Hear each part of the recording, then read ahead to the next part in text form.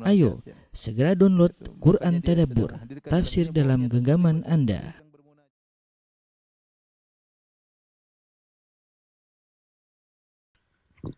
Bismillahirrahmanirrahim. Assalamualaikum warahmatullahi wabarakatuh. Alhamdulillahi ala ihsanih wa syukru lahu ala taufiqihi wa amtinanih. Asyhadu an la ilaha illallah dahu la syarika lahu ta'ziman li sya'nih. Wa asyhadu anna Muhammadan abduhu wa rasuluhu da'ila ridwanih. Allahumma salli alaihi wa ala alihi wa ashabihi wa ikhwanih. Para mirsa yang dirahmati oleh Allah Subhanahu wa taala, insyaallah pada kesempatan kali ini kita akan bahas tentang nama Allah Ar-Rahman dan Ar-Rahim. Namun sebelum kita membahas tentang Ar-Rahman Ar-Rahim, masih ada pembahasan tentang syubhat-syubhat orang-orang ateis ya. Saya akan sampaikan sebagian syubhat-syubhat mereka yang sering mereka utarakan ya. Untuk kita bantah ya. Karena tidak menutup mata bahwasanya orang ateis mulai bermunculan di penghujung zaman kita ini ya.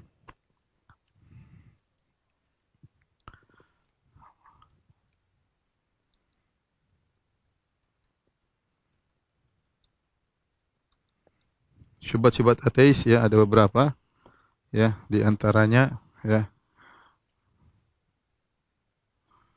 mereka mengatakan kalau segala sesuatu ada yang menciptakan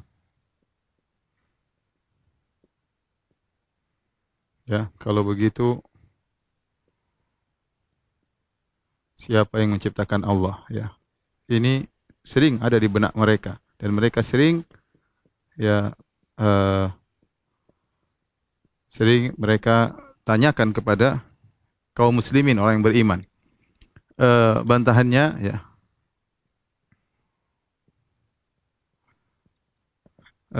pertanyaan ini sudah disampaikan oleh Nabi SAW. Datang iblis ya, caranya pertama adalah kita tinggal bilang A'udzubillahi minasyaitonirrajim. Tidak usah dibantah ya.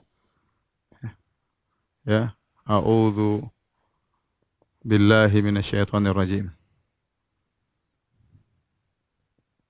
Ini adalah gangguan syaitan ya. Karena apa? Karena bukti bahwa Tuhan ada itu sangat banyak.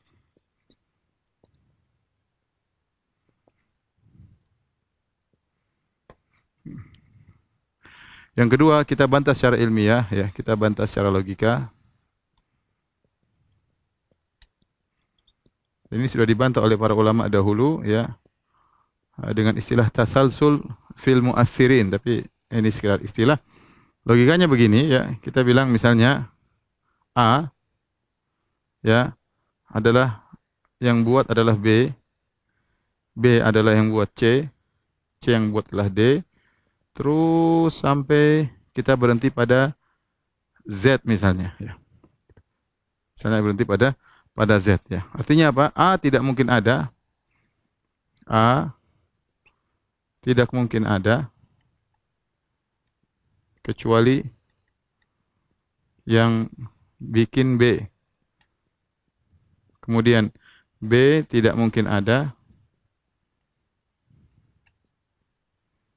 kecuali, logika mereka demikian, kecuali yang bikin C dan seterusnya. Nah, kalau seandainya ya, seandainya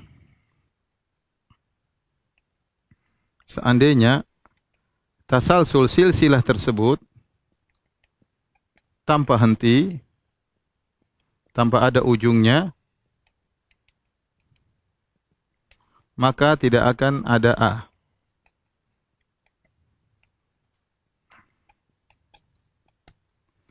Ya, tidak akan ada A. A baru bisa muncul jika tasalsul silsilah tersebut berhenti pada satu titik,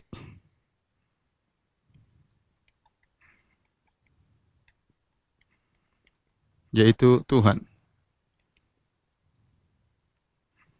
Kenyataannya A itu makhluk sudah ada.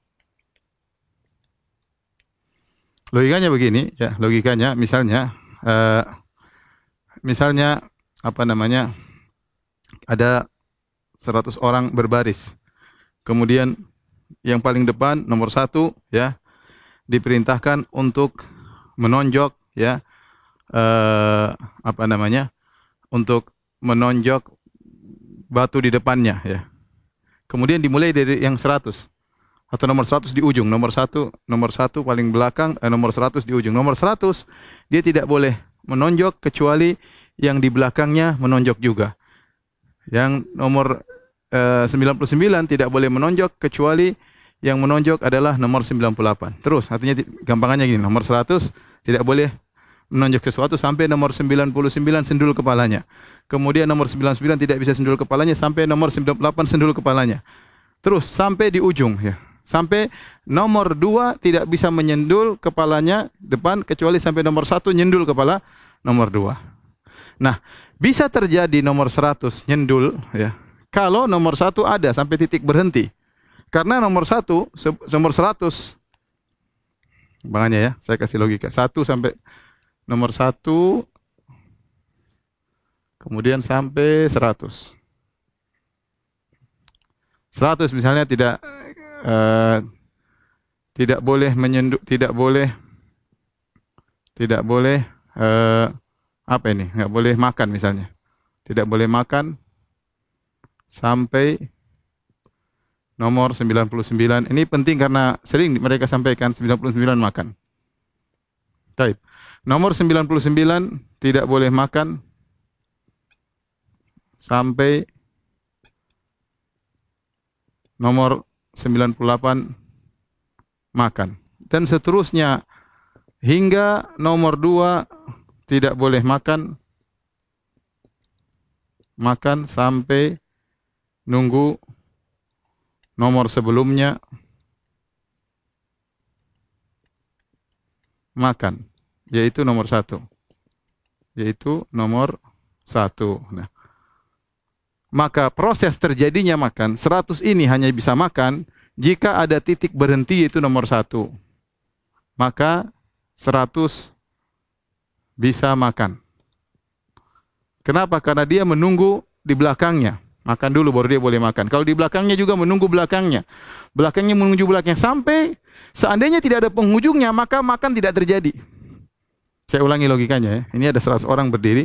Yang paling ujung nomor 100, paling pertama nomor 1. Nomor 100 tidak boleh makan kecuali nomor belakangnya 99 makan. 99 juga tidak boleh makan sampai sebelumnya 98 juga makan. 98 tidak boleh makan sampai 97 makan. Jadi sambil menunggu. Begitu ada yang di belakangnya makan, baru kemudian makan. Nah, harus ada titik poin terakhir yaitu nomor 1. Kalau nomor 1 ternyata titik poin belakang tidak ada ujungnya, maka tidak ada proses makan. Ternyata nomor 1 juga harus menunggu orang di belakangnya terus, tidak ada ujungnya. Maka yang nomor paling ujung tidak bakalan makan. Harus ada titik pertamanya. Ini logika sederhana sama.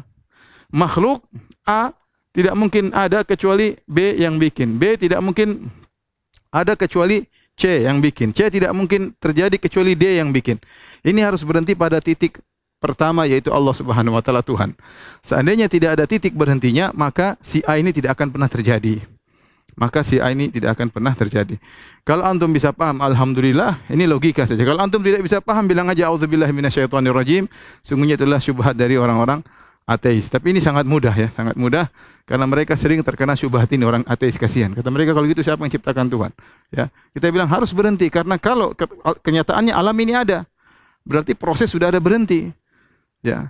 Pertanyaanmu itu tidak berjalan. Kenapa? Karena alam sudah ada. Kalau seandainya proses akalmu tersebut kita ikuti, tidak akan ada suatu kecuali dari sebelumnya dan tidak ada berhentinya sampai sebelumnya, maka tidak akan ada terjadi yang di bawah, tidak tercipta alam semesta. Karena silsilah tersebut tidak ada berhentinya. Harus ada berhenti pada titik poin, baru kemudian muncullah makhluk dan ternyata makhluk sudah ada, berarti sudah berhenti pada satu titik poin. Mudah-mudahan bisa dipahami ya.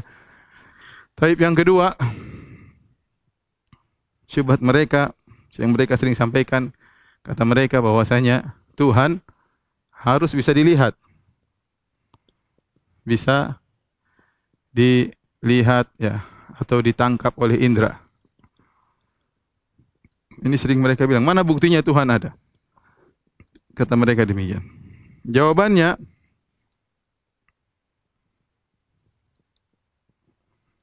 ya, bahwasanya ya bukti Tuhan ada, ya.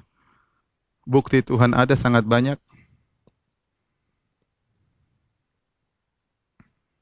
Sudah kita sampaikan kemarin. Ya. Nampak pada ciptaan-ciptaannya.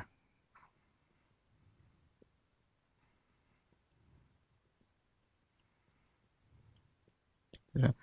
Fi anfusikum afala tubsirun, pada diri kalian tidak kalian melihat bagaimana agungnya ciptaan Allah. Inna fi khalqis samawati wal ardi wa ikhtilafil laili wan nahari la ayatin liulil albab, sungguh pada penciptaan langit dan bumi, ya, sungguh ada tanda-tanda kebesaran bagi orang yang orang yang bercerdas, ya. Bagaimana banyaklah sudah kita jelaskan bagaimana kemudian manusia bisa berhasad kepada manusia yang lainnya, bagaimana kemudian anak kecil baru lahir sudah bisa menyusui kepada ibunya. Seandainya baru lahir ada 1000 profesor ngajarin dia untuk melakukan satu, tidak bakalan mampu. Dia baru lahir, tiba-tiba dia sudah bisa diajar oleh Allah untuk bisa nyusu kepada ibunya, dan bukti terlalu banyak. Ini pertama. Yang kedua, bantahan kedua kita bilang tidak adanya dalil tertentu, ya, bukan berarti yang ditunjukkan tidak ada.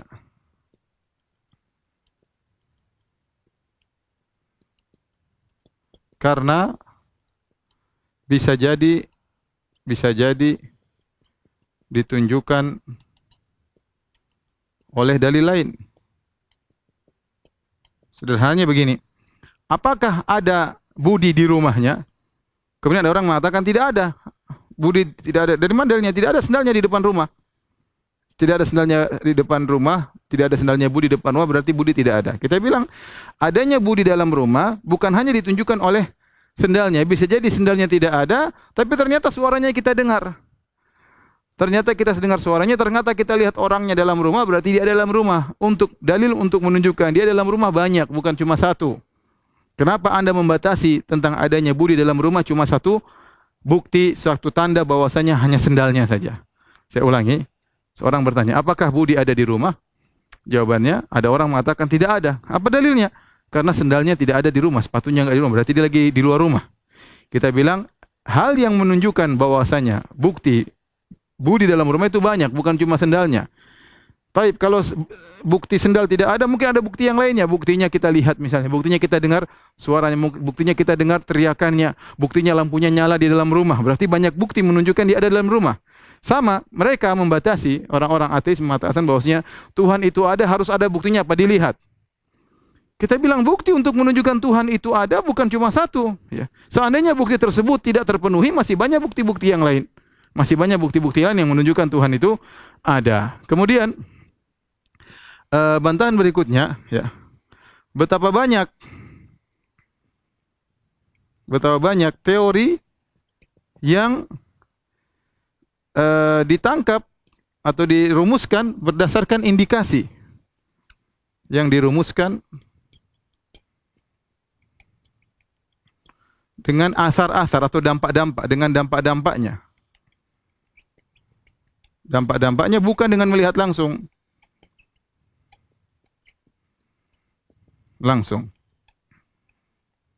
Dan ini banyak dalam rumus-rumus fisika. Contoh sederhana, contoh teori gravitasi.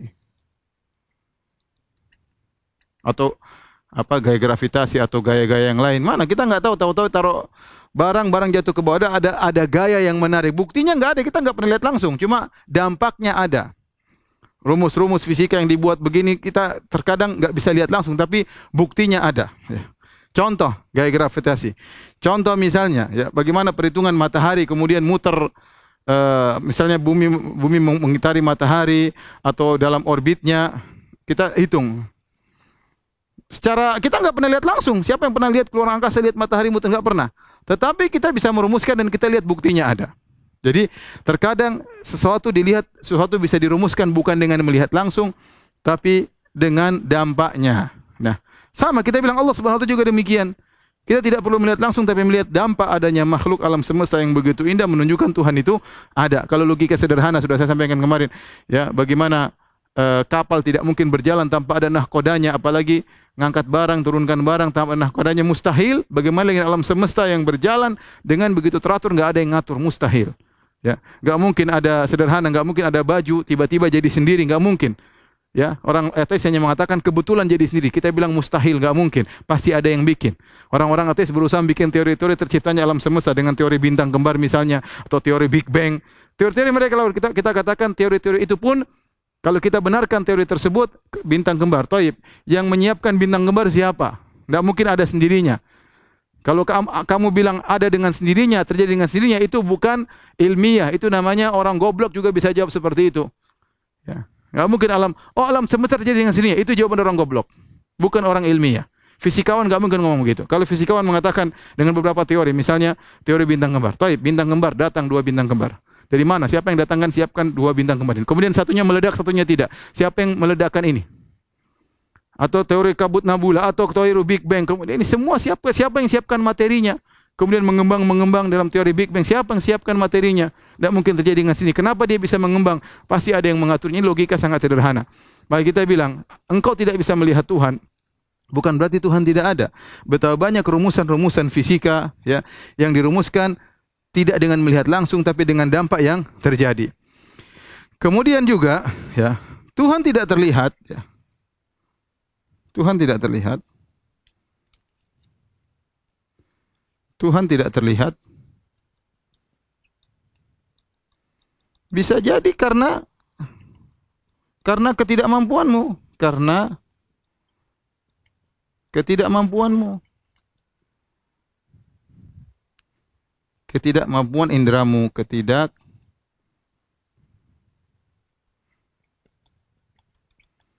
ketidakmampuan indramu.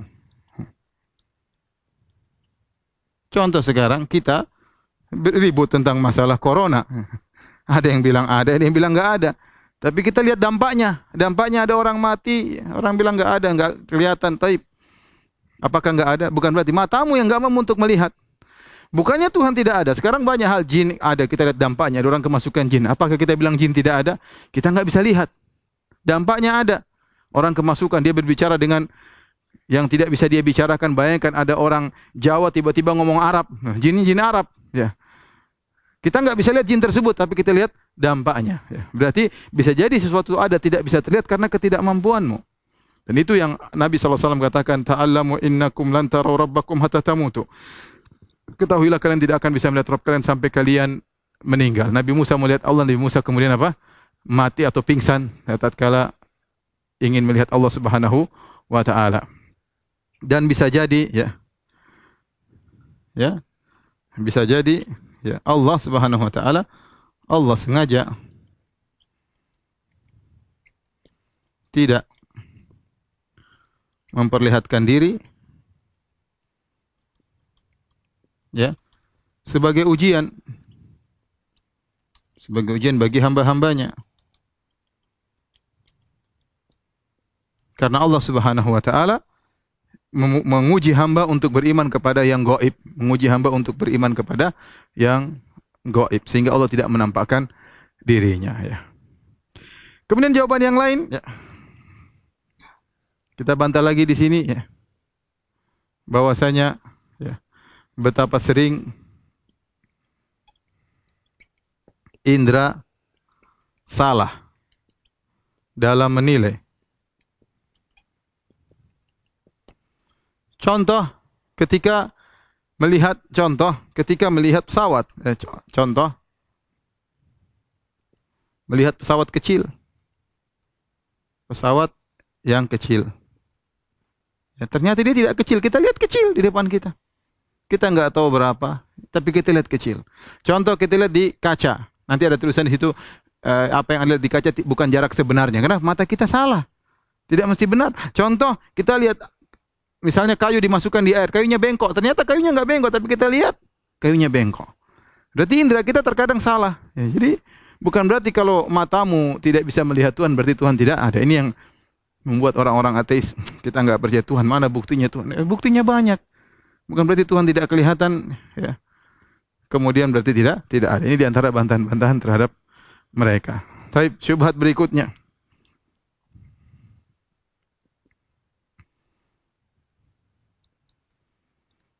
Yang sering mereka jadi permainan juga. Ya.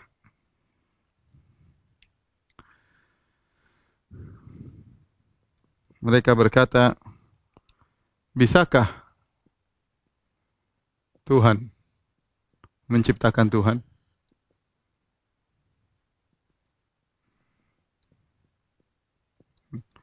Jawabannya mudah. Jawabannya ini pertanyaan salah. Ini pertanyaan yang salah. Sama seperti,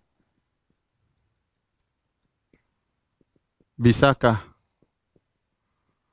kamu naik ke bawah? Ini pertanyaan salah, harusnya naik ke atas. Ya. Karena Tuhan namanya Tuhan, menciptakan. Gimana Tuhan diciptakan? Pertanyaan bisa salah. Bagaimana Tuhan menciptakan Tuhan? Nah, kalau dia diciptakan, statusnya bukan Tuhan lagi. Tuhan itu menciptakan. Bagaimana dia diciptakan? Berarti dia bukan Tuhan. Ini sering ditanyakan oleh orang liberal terpengaruh dengan pemikiran seperti ini. Kita jawab, itu pertanyaanmu keliru. Orang goblok pun nggak bertanya seperti ini. Ya. Jadi sebenarnya mereka ini kasihan orang ateis ya. Ikut hawa nafsu mereka sehingga mereka meragukan adanya Tuhan ya. Kemudian di antara syubhat yang sering mereka sampaikan juga. Yang terakhir ya. Mereka berkata, kenapa ada bencana alam? Tuhan harusnya tidak menciptakan bencana alam, kata mereka. Jawabannya mudah ya. Jawab bahwasanya ya Tuhan punya rencana ya. Rencana seperti ujian kepada hamba-hambanya dan lain-lain.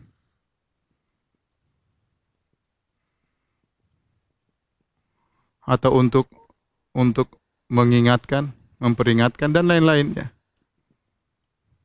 Jadi mereka lupa bahwasanya Tuhan menciptakan manusia ini untuk diuji ya. Diuji dengan berbagai macam, di antaranya kasih bencana, dikasih sakit ya. Karena ada kehidupan namanya kehidupan akhirat. Mereka orang-orang ateis ini maunya Tuhan sesuai dengan selera mereka. Maunya Tuhan itu menciptakan suatu kehidupan yang semuanya enak. Kita bilang itu di surga nanti ada. Sekarang di dunia ujian. Kamu mau langsung di surga, kalau gitu buat apa Tuhan ciptakan ada, Tuhan sebutkan akan ada ujian. Ya, mereka maunya Tuhan tidak boleh ciptakan keburukan, tidak boleh. Jadi Tuhan mau diatur sama mereka. Ya. Jadi mereka mengatakan kalau gitu Tuhan ada, kenapa Tuhan menciptakan keburukan? Harusnya Tuhan tidak boleh menciptakan keburukan. Subhanallah. Ya. Jadi mereka mengatur Tuhan. Kita bilang Tuhan punya tujuan ketika menciptakan adanya keburukan, menciptakan iblis misalnya. Ada maksud dan tujuan dari Allah Subhanahu wa taala. Ini kira-kira sedikit syubhat-syubhat orang ateis. Selanjutnya kita akan lanjutkan dengan sifat Ar-Rahman Ar-Rahim. Ya, Mas.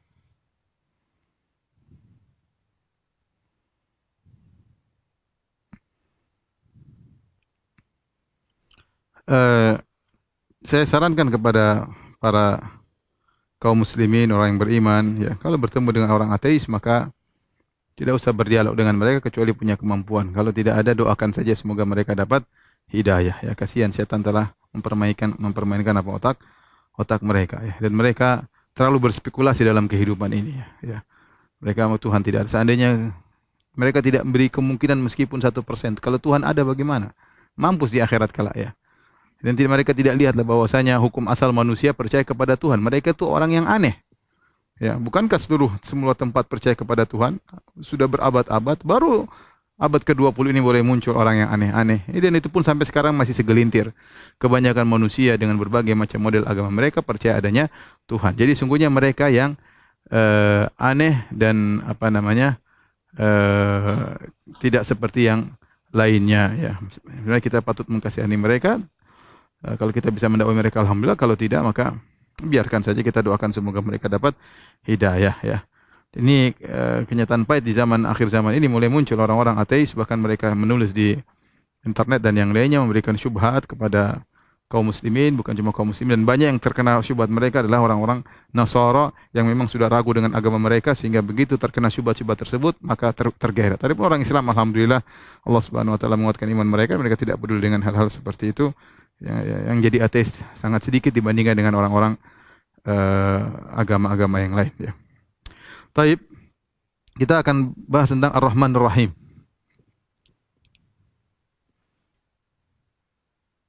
Ar-Rahman Ar-Rahim.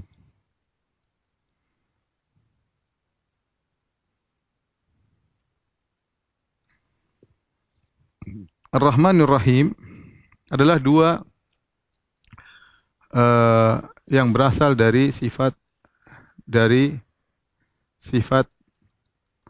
Ar-Rahmah. Kalau kita Indonesia sering mengartikan yang maha penyayang lagi maha pengasih. Ya, biasanya kita demikian ya. Yang maha penyayang, yang maha penyayang, lagi maha pengasih. Maha pengasih. Ini adalah terjemahan yang berusaha mendekati kebenaran ya. Makanya ditambah dengan maha untuk menunjukkan bahwasanya rahmat Allah Tuhan tidak sama dengan rahmat manusia. Maka dibayangkan dengan maha. Maha itu puncak rahmat, ya, puncak kasih sayang dan puncak kasih, ya. Ar-Rahmanir Rahim, dari sifat Ar-Rahmah, sifat Ar-Rahmah. Allah Subhanahu wa taala memiliki sifat Ar-Rahmah. Di antaranya firman Allah Subhanahu wa taala, jadi rahmat Allah, di antaranya firman Allah Subhanahu wa taala, wa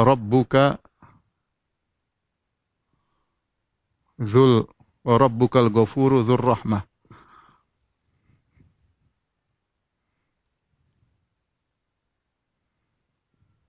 Ghafuru dzur rahmah. Dan Allah Subhanahu wa taala Maha Pengampun, ya, yang memiliki dzur rahmah, artinya memiliki sifat rahmah. Rahmah, kasih sayang, rahmat, ya.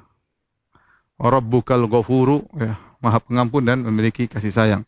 Kemudian juga dalam ayat yang lain, Rabbana wasi'ta kulla syai'in rahmatan wa ilma.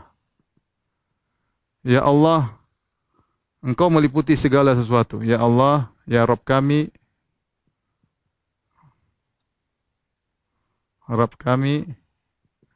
rahmatmu dan ilmumu meliputi segala sesuatu. Segala sesuatu. Ya. Di sini perhatikan Allah menggandengkan antara rahmat dan ilmu. Kita tahu ilmu adalah sifat. Jadi, ya Rabb kami, Engkau meliputi segala sesuatu, rahmat dan ilmu. Ini tamyiz, rahmatmu dan ilmumu, ya, meliputi segala sesuatu, ya. Sebagaimana kita tahu ilmu adalah sifat, rahmat juga adalah sifat. Saya ingin menekankan hal ini kenapa? Karena orang-orang penolak sifat, mereka mengatakan Allah tidak memiliki sifat rahmat, seperti Asy'ariyah, Mu'tazilah. Mereka mengatakan Allah tidak memiliki sifat rahmat, kasih sayang. Tapi kita bilang tidak, Allah punya sifat rahmat. Dan sifat Ar-Rahman Ar-Rahim banyak sekali. Kemudian Nabi SAW bersabda, ya, qala sallallahu alaihi wasallam, lallah arhamu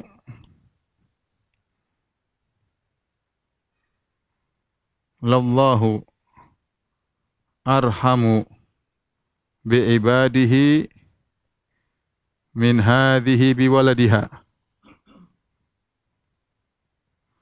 Allah lebih rahmat, perhatikan sini, Allah, sungguh Allah lebih rahmat, pakai isim tafdhil, lebih sayang kepada hamba-hambanya daripada, lebih sayang kepada hamba-hambanya,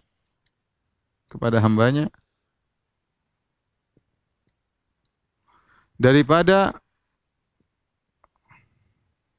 ibu ini kepada anaknya.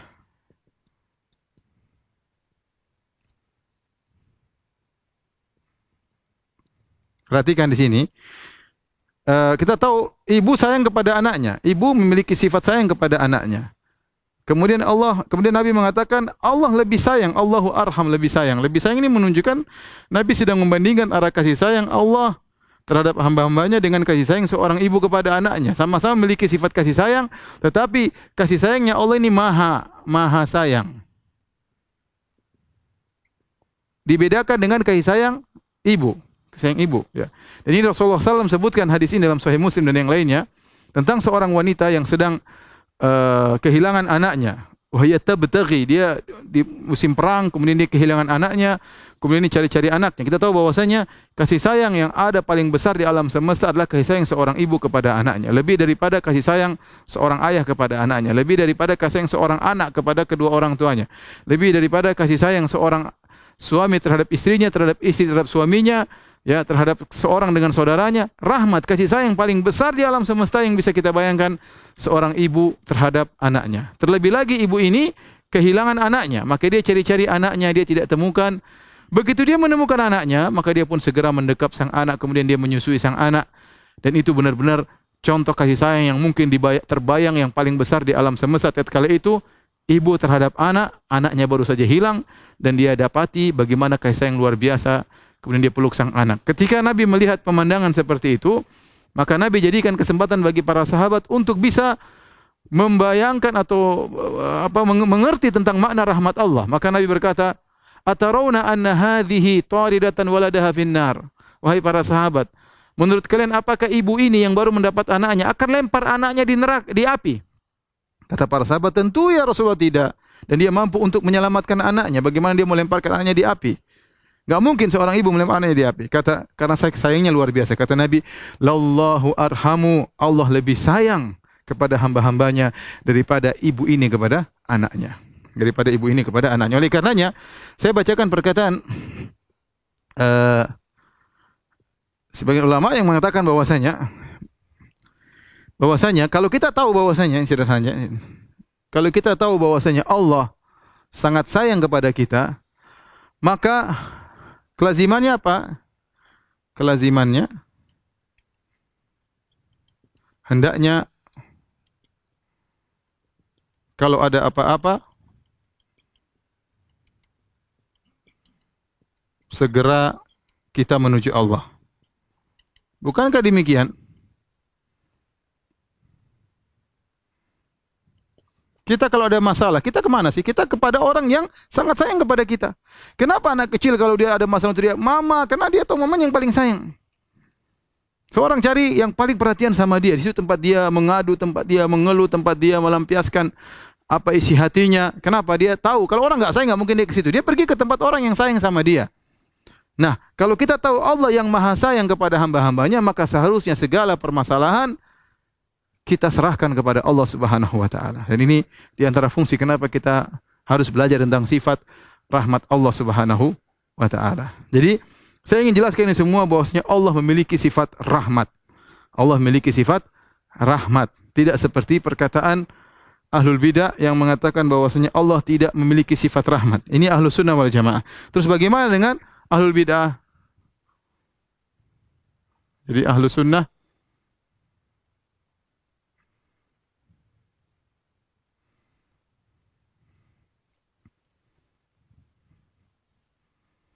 Ahlus Sunnah, ya, Allah memiliki sifat rahmat. Allah memiliki sifat rahmat, kasih sayang, ya. Adapun Ahlul Bidah, ya,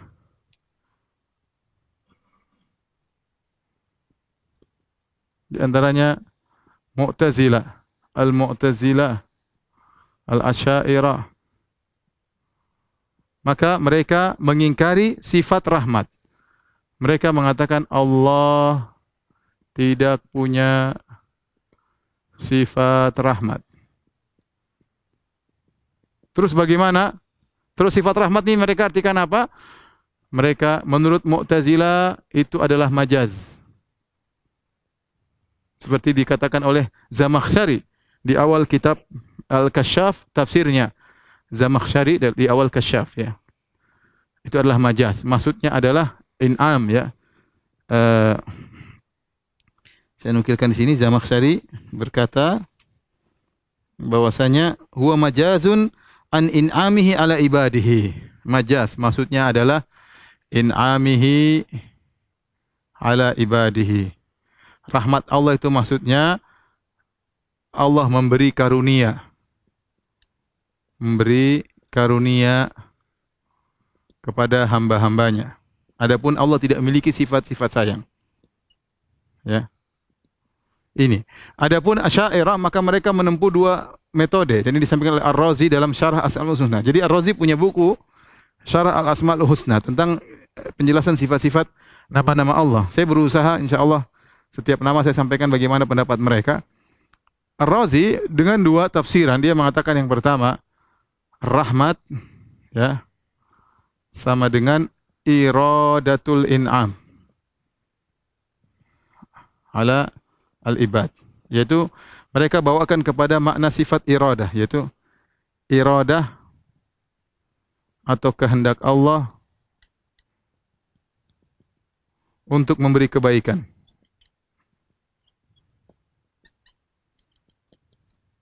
kepada hamba-hambanya. Adapun yang kedua, rahmat maksudnya karunia. Karunia itu sendiri. Karunia itu sendiri, kebaikan yang dia rasakan ya. Jadi mereka ada dua metode. Pertama menafsirkan dengan sebagai makhluk, yaitu karunia itu sendiri, ini makhluk. Karunia itu makhluk. Atau disifatkan dengan iradah. Iradah itu sifat iradah. Ya.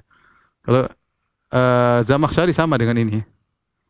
Ya, dia artikan kepada makhluk karena Mu'tazilah tidak menetapkan sifat. Ini maksudnya makhluk. Karunia itu sendiri makhluk. Karunia adalah makhluk.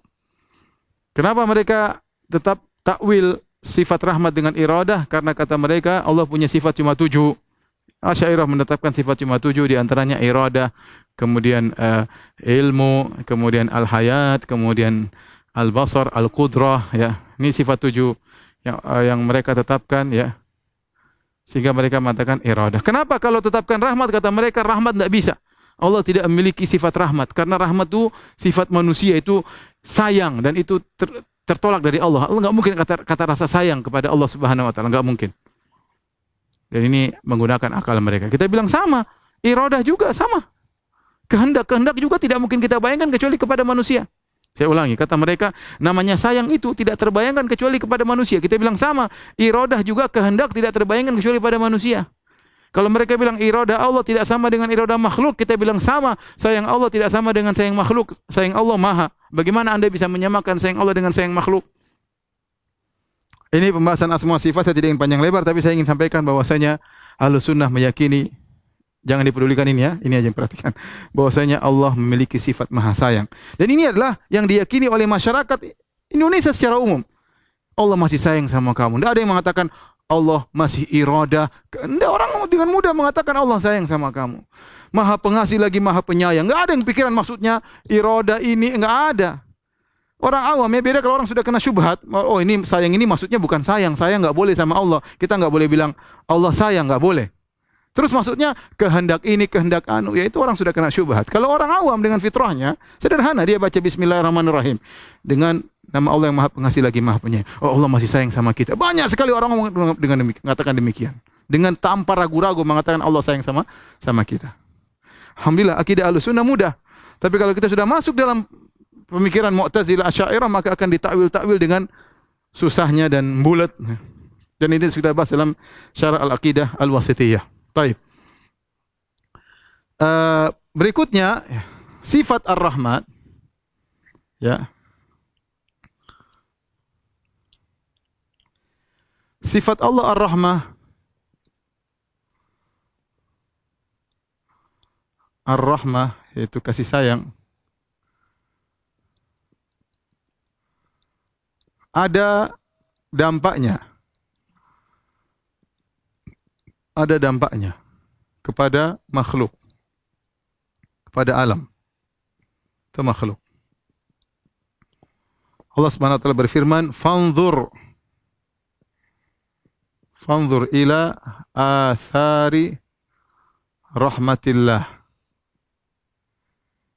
Kaifa yuhyil arda ba'da mautiha. Kata Allah Subhanahu wa taala, lihatlah kepada dampak dari rahmat Allah. Lihatlah kepada dampak rahmat Allah, kasih sayang Allah. Yaitu lihatlah kepada hujan. Hujan itu adalah asar dari rahmat Allah, dampak dari kasih sayang Allah kepada makhluknya. Allah turunkan hujan. Bagaimana Allah menghidupkan bumi yang mati. Bumi yang telah tandus, telah mati atau tandus. Ini bahwasanya Allah memiliki sifat rahmat dan Allah juga menciptakan kasih sayang. Di antara yang Allah ciptakan adalah hujan. Makanya Allah menamakan hujan dengan rahmat. Seperti firman Allah Subhanahu wa taala, "Wa huwa alladzi yursilur riyaha bushran baina yaday rahmatih."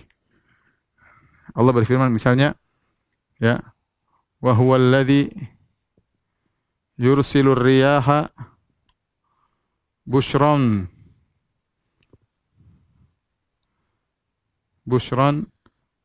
baina yaday rahmatih."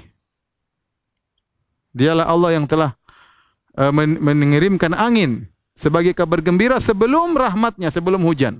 Allah menamakan hujan dengan rahmat Allah Subhanahu wa taala. Jadi ada rahmat yang merupakan sifat Allah dan ada rahmat yang Allah ciptakan, ya, untuk manusia dan alam semesta. Ya, jadi perlu dibedakan, ya.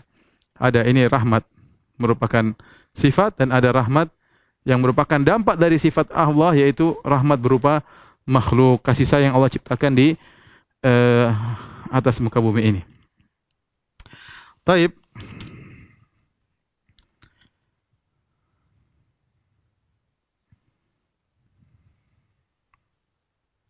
Di antara rahmat yang Allah ciptakan, ya, bagi makhluk, Nabi pernah bersabda, "Inna lillahi mi'ata rahmatin anzala minha rahmatan wahidatan bainal jinni wal insi." Sungguhnya Allah memiliki 100 rahmat. Ya, yaitu rahmat yang Allah ciptakan.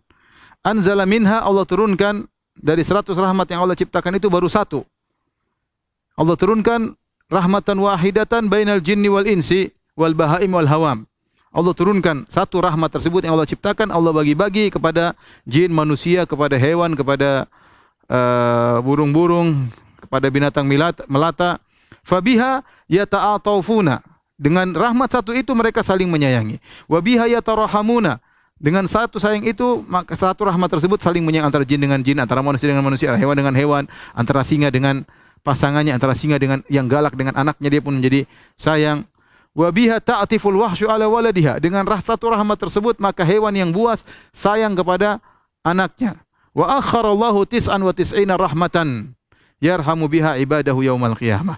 Dan Allah mengakhirkan 99 rahmat yang dengan 99 rahmat tersebut Allah akan berikan kepada hamba-hambanya pada hari kiamat, khusus kepada hamba-hambanya pada hari kiamat kelak, ya. Dalil bahwasanya yang Allah turunkan sekarang, yang Allah ciptakan dari rahmat yang Allah ciptakan baru satu. 99 Allah akan khususkan bagi hamba-hambanya yang beriman pada hari kiamat kelak. Ya. Taib, tolong dihapus.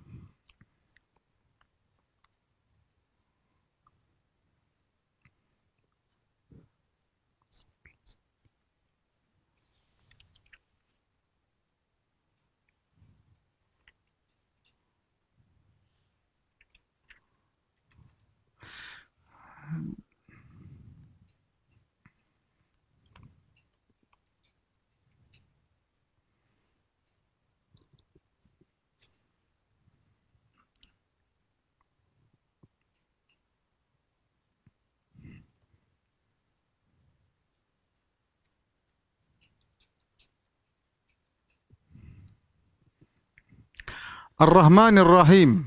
Ar-Rahman Ar-Rahim.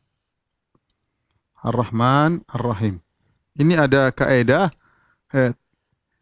jika digabungkan dalam satu konteks,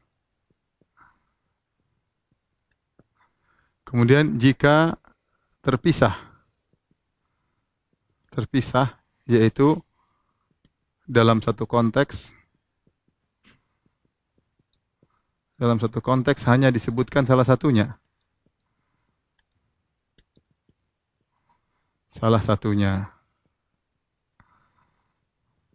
Perhatikan ini. Kalau dalam satu konteks hanya disebut Ar-Rahman atau Ar-Rahim saja, yaitu jika dalam satu konteks hanya disebut salah satunya saja, Ar-Rahim saja, atau Ar-Rahman saja.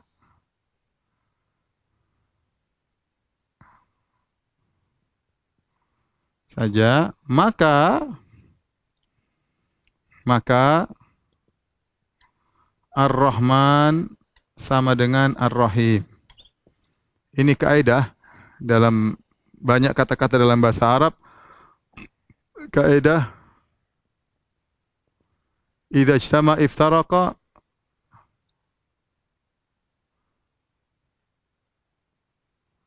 wa idza iftaraqa ijtama'a. Artinya jika bersatu berpisah, jika berpisah bersatu, ya. Gampangannya ini kaidah ya. Jika berpisah bersatu, jika bersatu berpisah. Dan ini banyak contoh sederhananya ya. Seperti kata takwa dan albir. Takwa dan albir. Ini sudah pernah saya jelaskan. Albir dan takwa kalau digabungkan misalnya wa ta'awanu 'alal birri wat taqwa. Tolong menolong kalian dalam albir wa taqwa. Albir wa taqwa disebutkan bareng. Albir wa taqwa dalam ketakwaan dan kebajikan. Maka jika bersatu berbeda, jika bersatu berpisah, maksudnya apa? Takwa maknanya sendiri, albir maknanya sendiri. Takwa artinya meninggalkan kemaksiatan, albir artinya melakukan ketaatan. Tetapi kalau disebutkan takwa sendirian, maka takwa sama dengan bir.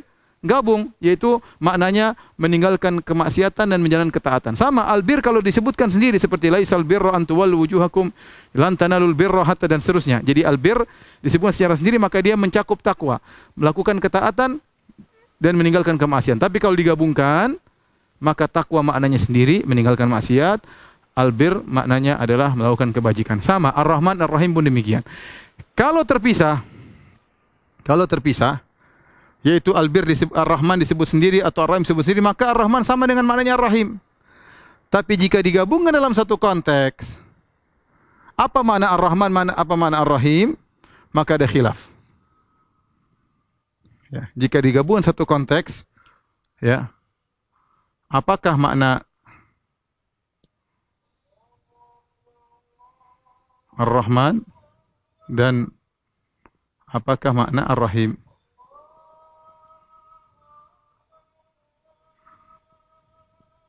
Habis azan kita lanjutkan.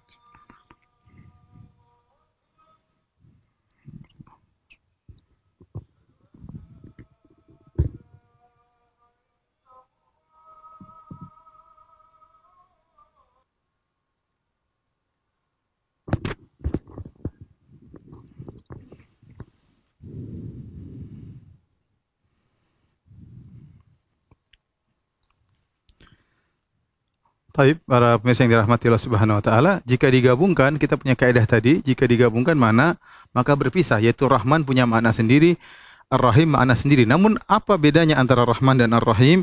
Maka ada dua pendapat secara umum ya. Pendapat pertama mengatakan Ar-Rahman yaitu kasih sayang umum. Umum mencakup mukmin dan kafir. Kemudian Ar-Rahim maksudnya kasih sayang khusus. khusus hanya untuk orang beriman. Ini pendapat jumhur ulama. Ini jumhur ulama. Ini jumhur ulama, mayoritas. Dalil mereka karena Allah ketika mengatakan Ar-Rahman dalam Al-Quran, Allah mutlak. Tetapi ketika menyebut Ar-Rahim, Allah mengkhususkan kepada orang beriman. Ya. Seperti wa kana bil mu'minina rahima. Ya, wa kana bil mu'minina rahima. Demikian juga dalam ayat yang lain, innahu bihim raufur rahim.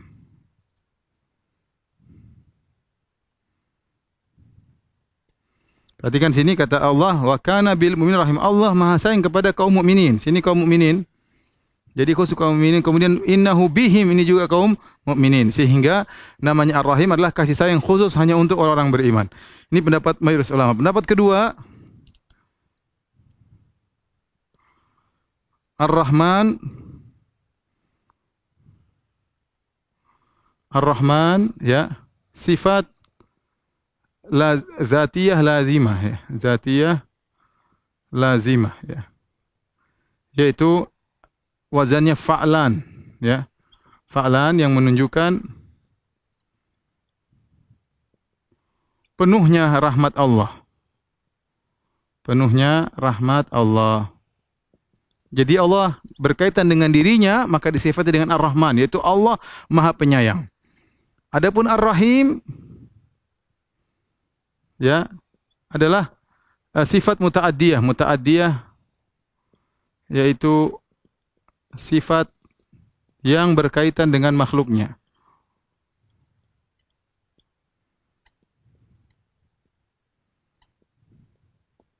Yaitu Allah Maha Penyayang, namanya Ar-Rahman. Allah menyampaikan kasih sayangnya kepada hamba-hambanya, namanya Ar-Rahim. Saya ulangi, Ar-Rahman. Kalau ini kan Ar-Rahman umum, Ar-Rahim khusus. Ar-Rahman mencakup mukmin kafir, Ar-Rahim hanya orang beriman. Kalau ini pendapatku, ini pendapat Ibnu Qayyim, ya, rahimahullahu taala. Ar-Rahman adalah berkaitan dengan sifat dirinya, yaitu Allah Maha Penyayang. Adapun Ar-Rahim maksudnya sifat Allah kepada makhluknya. Allah sangat sayang kepada makhluknya, baik mukmin maupun kafir.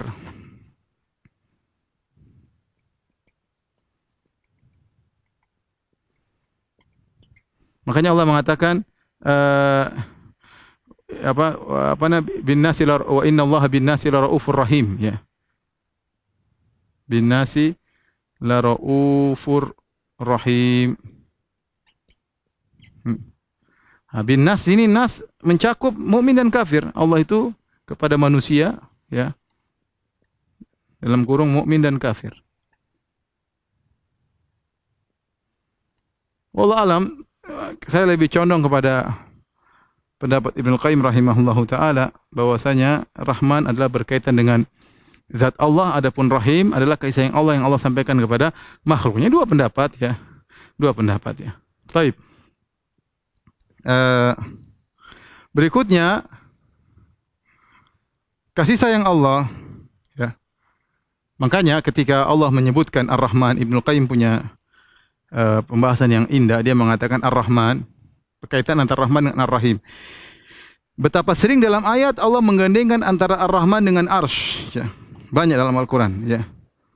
Ar-Rahmanu 'alal 'arsy istawa. Apa kaitannya? Kenapa Allah tidak menyebutkan sifat yang lain? Ar-Rahman sama Arsy. Allah tahu beristiwa di atas Arsy. Kenapa? Karena Arsy Allah adalah makhluk yang paling tinggi, paling besar. Mana kita sebut dalam masalah dalam kitab tauhid bahwasanya bumi, antara bumi dengan langit pertama ada jarak 500 tahun perjalanan, kemudian tebalnya langit pertama juga 500 tahun perjalanan. Kemudian antara rongga antara langit pertama langit kedua jaraknya juga 500 tahun perjalanan. Kemudian langit kedua juga tebalnya 500 tahun perjalanan. Kemudian jarak antara langit kedua dengan langit ketiga 500 tahun perjalanan. Kemudian tebalnya langit ketiga dan seterusnya sampai langit ketujuh. Selangit ketujuh kemudian kursi Allah. Dan kita tahu Allah berfirman, wasi'a kursiyyus samawati wal ard. Kursi Allah meliputi langit dan bumi. Kursi Allah sangat besar. Kemudian setelah kursi ada namanya laut, ada air. Setelah air kemudian arsy. Dan arsy Allah sangat besar. kursi langit dan bumi dibandingkan dengan kursi seperti logam yang dilemparkan di padang pasir. Logam itu adalah langit dan bumi, sementara kursi Allah seperti padang pasir. Kursi dibandingkan dengan arsy seperti logam dibandingkan dengan padang pasir. Kursi adalah logam, arsy adalah padang pasir. Dan Allah di atas arsy. Allah di atas arsy, di atas sana. Keluar alam semesta. Sehingga ketika Allah beristiwa di atas arsy berarti dengan menyebut Ar-Rahman, Maha Pengasih, berarti kasih sayang Allah meliputi seluruh makhluknya. Rabbana wasi'ta kulla syai'in rahmatan wa ilma. Ya Allah, Engkau meliputi segala sesuatu dengan ilmumu dan rahmatmu. Ya. Ini kenapa hikmahnya Allah disebutkan rahmat di atas arsy untuk menunjukkan bahwasanya kasih sayang Allah meliputi segala makhluk yang ada di bawah arsy seluruhnya. Dan kalau berbicara tentang rahmat yang sampai kepada makhluk, dari Allah kepada makhluk, maka disebut dengan Ar-Rahim. Taib, rahmat Allah ada dua.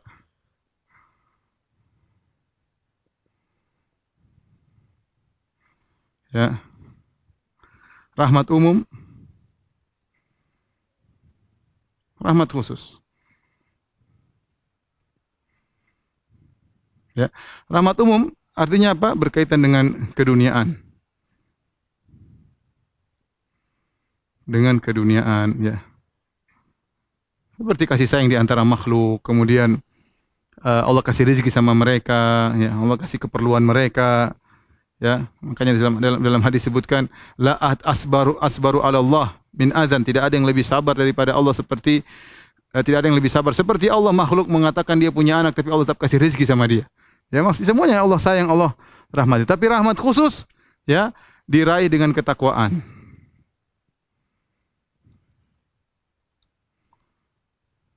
Ya. Kata Allah, wa rahmati wasi'at kulla syai'in fasa'aktubuha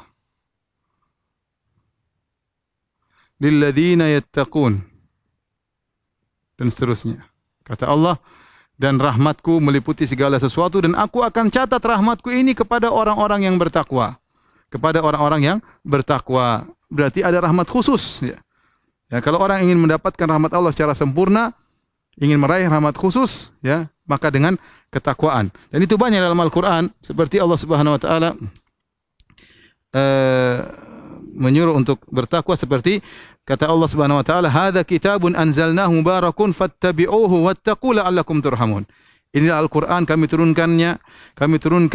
menurunkannya dengan penuh keberkahan, maka ikutilah Al-Quran dan bertakwalah la'allakum turhamun, agar kalian dirahmati oleh Allah Subhanahu Wa Taala. Allah juga berfirman, "Wa aqimus salata wa atuz zakata wa ati'ur rasul," dan taatlah kepada Rasulullah la'allakum turhamun, semoga kalian dirahmati. Allah berfirman, "Wa rahmati inna rahmatallahi qaribum minal muhsinin." Rahmat Allah sangat dekat kepada orang-orang yang berbuat ihsan. Ini rahmat khusus, ya, rahmat khusus. Ya, hanya untuk orang-orang yang bertakwa. Rahmat umum ini selesai di dunia. Selesai di dunia. Ya, jadi satu rahmat yang Allah turunkan, yang kita sebut Allah ciptakan 100 rahmat, satu rahmat Allah turunkan di dunia. Kata Ibnu Qayyim rahimahullahu taala, rahmat tersebut nanti di penghujung hari kiamat diangkat kembali oleh Allah Subhanahu wa taala. Makanya ketika di penghujung hari kiamat yang ada kerusakan di alam semesta ini, tidak ada lagi yang rahmat, tidak lagi beribadah kepada Allah, syirarul khalq, orang-orang paling rusak, maka diangkat oleh Allah Subhanahu wa taala. Adapun rahmat khusus berlanjut sampai di akhirat, ya. Sampai di akhirat rahmat Allah khusus berlanjut sampai di akhirat.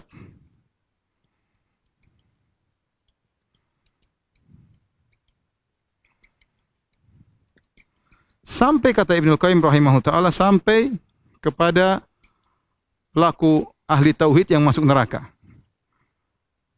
Ahli tauhid